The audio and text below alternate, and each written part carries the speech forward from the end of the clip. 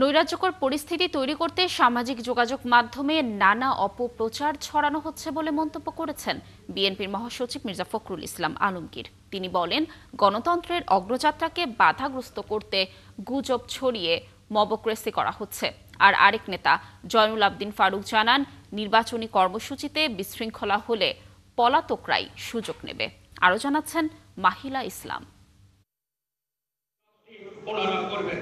রাজনীতির মাঠে উত্তপ্ত বাক্য বিনিময় হলেও শুক্রবারের পেশাদার সাংবাদিকদের সংগঠন বাংলাদেশ ফেডারেল সাংবাদিক ইউনিয়নের দ্বিবার্ষিক সম্মেলনে এক মঞ্চে বিএনপি ও জামায়াতের শীর্ষ নেতারা।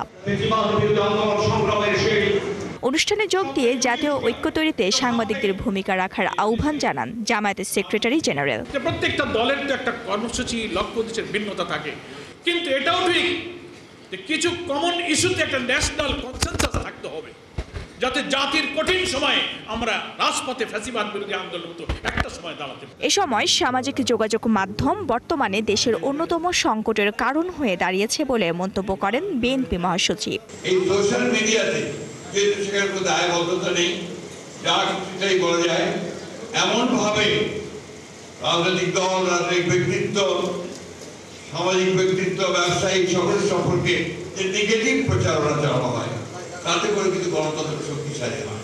আগামীতে রাষ্ট্র ক্ষমতায় গেলে মত প্রকাশের স্বাধীনতা নিশ্চিত করার কথাও জানান বিএনপি মহাসচিব মির্জা ফখরুল ইসলাম আলমগীর। আমরা গণতন্ত্রে ফিরে যেতে চাইলে অপরের যে মত প্রকাশের স্বাধীনতা, সেটাকে আমাদের একই সঙ্গে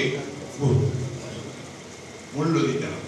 এদিকে জাতীয়তাবাদী টেক্সটাইলস প্রকৌশলীদের সংগঠন জেটেবের এক প্রতিবাদ সমাবেশে আরেক নেতা জয়নুল আবদিন ফারুক বলেন, নির্বাচন বানচালে এখনো ষড়যন্ত্র চলছে। সেই নির্বাচনকে বানচাল করার জন্য আরেকটা ষড়যন্ত্র।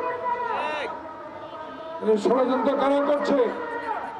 যারা ৭১ আমাদের বিরোধিতা করেছে, যারা আমাদের স্বাধীনতার বিরোধিতা করেছে, যারা আমার মায়ের বুক থেকে নিয়ে সন্তানকে হত্যা করেছে, তারাই।